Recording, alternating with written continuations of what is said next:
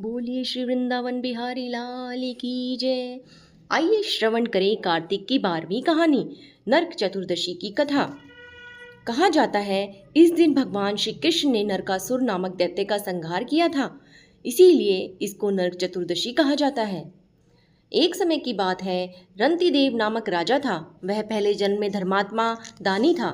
उसी पूर्व कृत्य कर्मों से इस जन्म में भी राजा ने अपार दान आदि देकर सत्कार्य किए। जब उसका अंत समय आया तब यमराज के दूत उन्हें लेने आए। बार बार राजा को लाल लाल आंखें निकाल कर वह कह रहे थे, राजन नरक में चलो, तुम्हें वहीं चलना पड़ेगा। इस पर राजा घबराए और नरक में चलने का कारण पूछा।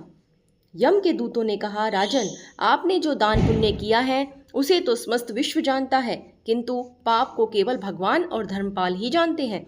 राजा बोला, उस पाप को मुझे भी बताओ जिससे मैं उसका निवारण कर सकूं।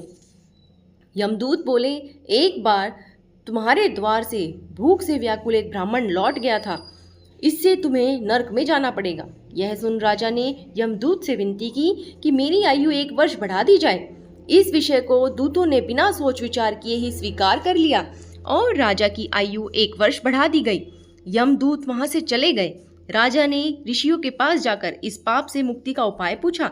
ऋषियों ने बतलाया, हे राजन, तुम कार्तिक कृष्ण पक्ष चतुर्दशी को व्रत रखकर भगवान कृष्ण का पूजन करना, ब्राह्मण भोजन कराना और दान देकर इस अपराध सुनाकर क्षमा मांगना, तब तुम पाप मुक्त हो जाओगे। कार्तिक कृष्ण पक्ष की चतुर्दशी आने पर राजा ने नियम पूर्वक व्रत रखा और अंत में विष्णु लोक को गए।